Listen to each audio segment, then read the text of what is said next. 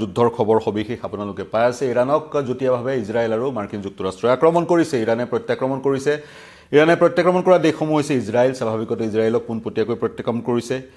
UAE Dubai অৰ্থাৎ Bahrain কাটাৰ Kuwait এই কেইখন মধ্যপ্ৰাচ্যৰ দেশক প্ৰত্যাক্ৰমণ কৰিছে বিশেষকৈ সেই দেশসমূহৰ য'ত য'ত মাৰ্কিন ঘাটি আছে সেই ঘাটিসমূহক আক্ৰমণৰ লক্ষ্য কৰি লৈছে মূলত প্ৰত্যাক্ৰমণৰ লক্ষ্য কৰি লৈছে ইৰানে আৰু ইৰান এখন ফুল ফ্লেজড এখন দেশ ইৰানৰ সামৰিক শক্তি আফগানিস্তান সদৃশ নহয় যদিও বা ইৰানৰ সামৰিক শক্তিৰ সৈতে ইৰানৰ সামৰিক শক্তি ইজৰাইল আৰু মাৰ্কিন যুক্তৰাষ্ট্ৰৰ সামৰিক শক্তিৰ সৈতে তুলনা নহয় কিন্তু এটা পৰ্যায়লৈ প্ৰত্যাক্ৰমণ কৰিব পৰাকৈ বা মধ্যপ্ৰাচ্যত আঘাত ভালকৈ হানিব পৰাকৈ ইৰান কিন্তু শক্তিশালী যি কি নহওক ইৰানে যিহেতু সম্প্ৰসাৰিত কৰিছে প্ৰত্যাক্ৰমণ মধ্যপ্ৰাচ্যৰ বিভিন্ন অঞ্চললৈ বিভিন্ন দেশলৈ গতিকে মধ্যপ্ৰাচ্যৰ সেই দেশসমূহ প্ৰভাৱিত হৈছে আৰু যদিহে যিহেতু দেশসমূহ প্ৰভাৱিত হৈছে মধ্যপ্ৰাচ্যত বাস কৰা ভাৰতীয় লোকসকল প্ৰভাৱিত হৈছে এটা কেনেকৈ প্ৰভাৱিত হৈছে সেই ভাৰতীয় লোকসকলৰ ভিতৰত স্বাভাৱিকতে অসমীয়া লোকসকল থাকিব আমি আজি ডুবাই দোহা আৰু আন আন দেশসমূহ যিসমূহে ইৰানৰ প্ৰত্যাক্ৰমণৰ সন্মুখীন হৈছে বিশেষকৈ সেইসমূহ দেশৰ মাৰ্কিন ঘাটিবোৰত সেই দেশবোৰৰ যিসকল প্ৰবাসী অসমীয়া আছে তেওঁলোকৰ সৈতে কথা পাতিছিলোঁ তেওঁলোক উদ্বিগ্ন তেওঁলোকে চকুৰ সন্মুখত সেই আকাশত সেই মিছাইলবোৰ পৰিলক্ষিত কৰিছে দেখিছে ৰাতিৰ বেলা জীৱনত কেতিয়াও তেনেধৰণৰ অভিজ্ঞতা তেওঁলোকৰ হোৱা নাছিল সাইৰেন বাজিছে সাইৰেন বজা মাত্ৰকে কিছুমান প্ৰটকল তেওঁলোকে ফলো কৰিবলগীয়া হৈছে কৰবাত য'ত বাংকাৰৰ সুবিধা আছে বাংকাৰত গৈ সোমাবলগীয়া হৈছে ইত্যাদি ইত্যাদি ইজৰাইলবাসী তেনেধৰণৰ অভিজ্ঞতাৰ তেওঁলোকৰ অভিজ্ঞতা আছে বা ইৰানৰ লোকসকলৰ তেনেধৰণৰ অভিজ্ঞতা আছে উদাহৰণস্বৰূপে দোহাত যিসকল অসমীয়া আছে ভাৰতীয় আছে তেওঁলোকৰ সেই ধৰণৰ অভিজ্ঞতা নাই দোহাত যিসকল অসমীয়া আছে তেওঁলোকৰ সৈতে আমি কথা পাতিছিলোঁ মধ্যপ্ৰাচ্যৰ বহু এনে দেশ আছে মূলত ইউএই কাটাৰ ইত্যাদি ইত্যাদি সেইবোৰ দেশে তেওঁলোকৰ দেশত যিসকল আন দেশৰ লোক আছে তেওঁলোকক পোনপটীয়াকৈ সংবাদ মাধ্যমত কথা পতাৰ অনুমতি দিয়া নাই বা সেই দেশসমূহত যিবোৰ ইণ্ডিয়ান এম্বেচি আছে এম্বেচিবোৰেও সেই দেশসমূহত থকা ভাৰতীয়সকলক পোনপটীয়াকৈ সংবাদ মাধ্যমৰ সৈতে সংযোগ স্থাপন কৰাৰ পৰা বিৰত থাকিবলৈ পৰামৰ্শ দিছে আৰু সেই কাৰণেই আমি চইছে যদি কোনোবাই আগবাঢ়ি অহা নাই তেওঁলোকৰ সৈতে সংযোগ স্থাপন কৰিবলৈ চেষ্টা কৰা নাই কিন্তু আমি টেলিফোনত কথা পাতিছিলোঁ যদি কাটাৰৰ উদাহৰণ দিওঁ অসমীয়াসকল উদ্বিগ্ন চিন্তিত তেওঁলোকে বিচাৰিছে ভাৰত চৰকাৰে হস্তক্ষেপ কৰক আৰু তেওঁলোকক ইভাকুৱেট কৰক কাটাৰৰ এগৰাকী জ্যেষ্ঠ বিজ্ঞানীৰ সৈতে আমি কথা বতৰা পাতিছিলোঁ প্ৰিয় দৰ্শক তেওঁ কৈছে তেওঁ আজি ৰাতিপুৱা ঠিক পুৱতি নিশা তেওঁ আকাশমাৰ্গত তেওঁ নিজেই গণিছে 65টা মিছাইল তেওঁ আকাশমাৰ্গত পৰিলক্ষিত কৰিছে আৰু সেই মিছাইলসমূহ ইণ্টাৰচেপ্ট কৰি কাটাৰৰ এণ্টি মিছাইল ছিষ্টেমে আকাশতে ধ্বংস কৰাৰ দৃশ্যও তেওঁ পৰিলক্ষিত কৰিছে আৰু যেতিয়া সেই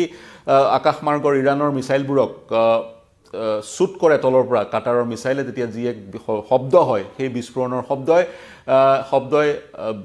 তেওঁৰ যি ঘৰ সেই ঘৰটো কঁপাই তোলে কম্পিত হয় পুৰা সম্পূৰ্ণ ঘৰ গতিকে বিভীষিকাৰ সৃষ্টি হয় মোবাইলত মেছেজ আহে দোহাত যদিও বা বিভিন্ন সংবাদ পত্ৰত কোৱা হৈছে দোহাটো বহুবাৰ সাইৰেন বাজিছে কিন্তু আমি যিসকল দোহাৰ প্ৰবাসী অসমীয়াৰ সৈতে কথা পাতিছোঁ তেওঁলোকে কৈছে দোহাত তেনেকুৱা সাইৰেন বজাৰ ব্যৱস্থা নাই কিন্তু বিভীষিকাময় পৰিৱেশ ডাঙৰ ডাঙৰ বিয়াগুম শব্দ আকাশমাৰ্গত মিছাইলবোৰ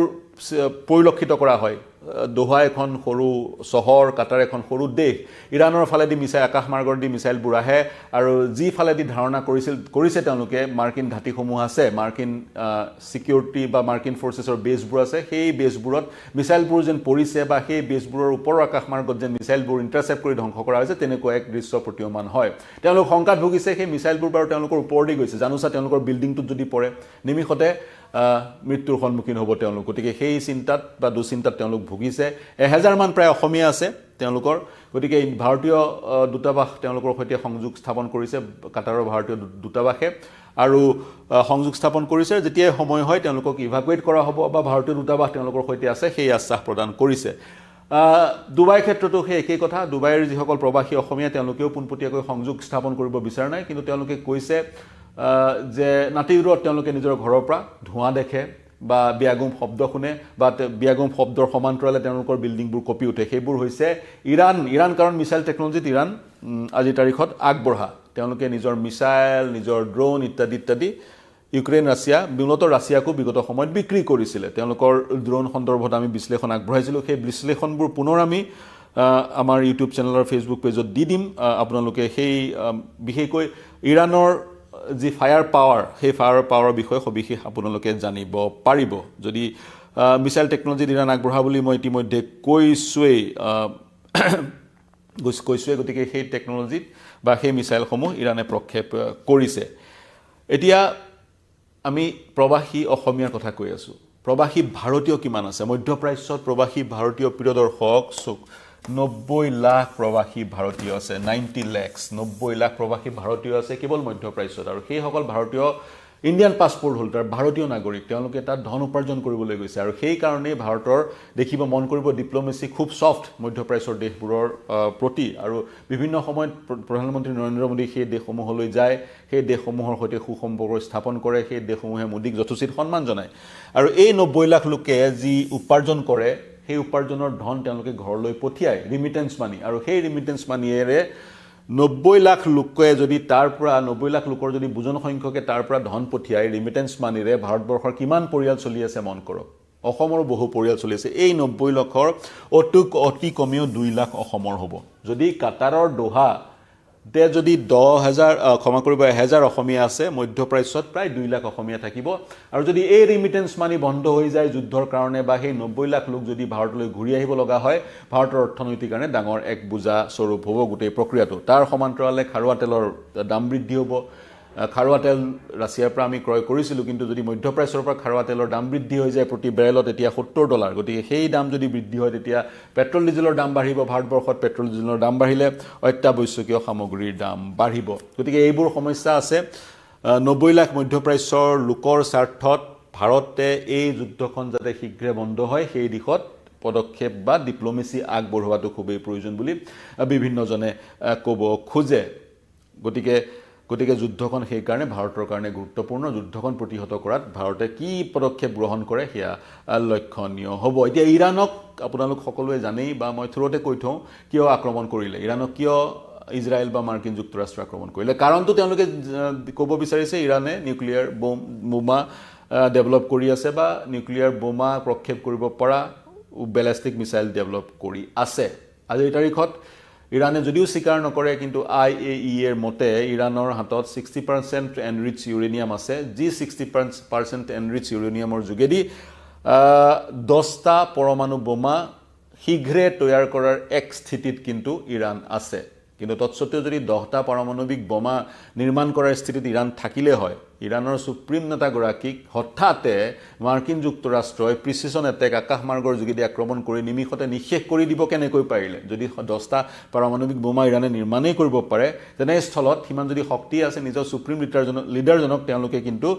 সুৰক্ষা প্ৰদান কৰাত ব্যৰ্থ হৈছে ইছলামিক ৰিভলিউচনাৰী গাৰ্ড কৰ্পছে তেওঁলোকৰ সুপ্ৰিম লিডাৰগৰাকীক সুৰক্ষা প্ৰদান কৰাত ব্যৰ্থ হোৱা পৰিলক্ষিত হৈছে গতিকে সেই দিশৰ পৰা যুদ্ধখনে বিভীষিকা ভাৰতবৰ্ষলৈ কঢ়িয়াই আনিব আৰু মন কৰিব মাৰ্কিন যুক্তৰাষ্ট্ৰৰ কাৰণে ইৰাণ দ্বিতীয়খন আফগানিস্তান বা ভিয়েটনাম হ'ব নেকি আফগানিস্তানৰ পৰা মাৰ্কিন সেনাবাহিনী ৰিট্ৰিট কৰাৰ পিছত মাৰ্কিন যুক্তৰাষ্ট্ৰই কিন্তু আন কোনো দেশলৈ স্থল সেনা প্ৰেৰণ কৰা নাই ফিজিক্যালি সোলজাৰ্ছ প্ৰেৰণ কৰা নাই যিবোৰ যুদ্ধ কৰিছে আকাশমাৰ্গেৰে যুদ্ধ কৰিছে নিজৰ বিভিন্ন সমীপৰ ঘাটিৰ পৰা বেছৰ পৰা নহবা নৌসেনাৰ জাহাজৰ পৰা মিছাইল প্ৰক্ষেপ কৰিছে নহবা যুঁজাৰু মাৰ্কিন যুক্তৰাষ্ট্ৰৰ পৰা যুঁজাৰু বিমান উৰি সেই দেশখনৰ আকাশমাৰ্গত অনাধিকৃতভাৱে প্ৰৱেশ কৰে আৰু মিছাইল নিক্ষেপ কৰে স্থল সেনা তেওঁলোকে আফগানিস্তানৰ পিছত কোনো দেশলৈ প্ৰেৰণ কৰা নাই স্থল সেনা প্ৰেৰণ নকৰাকৈ তেওঁলোকে ইৰাণৰ ৰেজিম চেঞ্জ কৰিব পাৰিবনে এইটো এটা ডাঙৰ প্ৰশ্ন আৰু য'ত তেওঁলোকে ৰেজিম চেঞ্জ কৰিলে বিট আফগানিস্তান সিৰিয়াই বা লিবিয়াই হওক ৰেজিম চেঞ্জ কৰাৰ পিছত আমি দেখা পালো নতুনকৈ যি চৰকাৰ গঠন কৰিলে যিটো গুটে সেই গুটটো ফান্ডামেন্টালিষ্ট এটা গুট চৰকাৰ গঠন কৰাৰ পথ প্ৰশস্ত মাৰ্কিন যুক্তৰাষ্ট্ৰই কৰি দিলে আৰু ভিয়েটনামৰ কথা নকওঁৱেই সেই 1975 চনলৈকে যে বিভীষিকা চলালে মাৰ্কিন যুক্তৰাষ্ট্ৰই সদৌ শেষত কিন্তু ভিয়েটনাম দখল কৰিব নোৱাৰিলে মাৰ্কিন যুক্তৰাষ্ট্ৰই ভিয়েটনাম এৰি পলায়ন কৰিবলৈ বাধ্য হ'ল সেইবোৰ অভিজ্ঞতা মাৰ্কিন যুক্তৰাষ্ট্ৰ আছে গতিকে ইৰাণৰ ক্ষেত্ৰত মাৰ্কিন যুক্তৰাষ্ট্ৰৰ অনাগত পদক্ষেপবোৰ কি হয় লক্ষণীয় হ'ব কিন্তু ইৰাণক আক্ৰমণ কৰিলে ইৰাণে যদি প্ৰত্যাক্ৰমণ কৰে মধ্যপ্ৰাচ্যৰ মাৰ্কিন ঘাটিবোৰ তেতিয়া কিন্তু মধ্যপ্ৰাচ্যও আক্ৰান্ত হ'ব প্ৰভাৱিত হ'ব মধ্যপ্ৰাচ্য প্ৰভাৱিত হ'লে এই 90 লাখ ভাৰতীয় বা 2 লাখ অসমীয়া প্ৰভাৱিত হ'ব যিসকলক ইভাকুৱেট কৰাৰ এতিয়া কাটাৰতে আপোনাৰ 7 লাখ ভাৰতীয় আছে কাটাৰত স্থানীয় লোকৰ সংখ্যা মাত্ৰ 10,000 আৰু কাটাৰৰ জনসংখ্যা হৈছে 40 লাখ 10,000 স্থানীয় লোকে কণ্ট্ৰোল কৰে, বাকী সেই 40 লাখ বাহিৰৰ লোকক নাগৰিকত্ব তেওঁলোকক দিয়া নহয়, মাটি কিনিবলৈ দিয়া নহয় বা অন্যান্য সা সুবিধাসমূহ দিয়া নহয়, মাত্ৰ কাম কৰিবলৈ সুবিধা দিয়া হয়। গতিকে সেইসকলক কণ্ট্ৰোল কৰে। যদি 7 লাখ ভাৰতীয়ক ইভাকুৱেট কৰিবলগীয়া হয়, কিমান বিমান বা কিমান ৰিচোৰ্চেছৰ প্ৰয়োজন হ'ব, বা 90 লাখক ইভাকুৱেট কৰাৰ যদি এক পৰিস্থিতিৰ সৃষ্টি হয়, তেতিয়া আনেক হিউমেনিটেৰিয়ান ক্ৰাইচিছৰ সৃষ্টি হ'ব পাৰে। গতিকে যুদ্ধখন শীঘ্ৰে বন্ধ হোৱাটো ভাৰতবৰ্ষৰ কাৰণে ভাল, ভাৰতবৰ্ষৰ আমাৰ 90 লাখ ভাই ভনীৰ কাৰণে ভাল। যি কি নহওক, এই বিশ্লেষণ আগবঢ়ালোঁ প্ৰিয় দৰ্শক, এক চিন্তাৰ খোৰাক প্ৰদান কৰিবলৈ। কিবা যদি অতিৰিক্ত তথ্য দিব বিচাৰে বা কোনোবা যদি আমাৰ সৈতে মধ্যপ্ৰাচ্যৰ পৰা অসমীয়া সংযুক্ত হৈ আছে,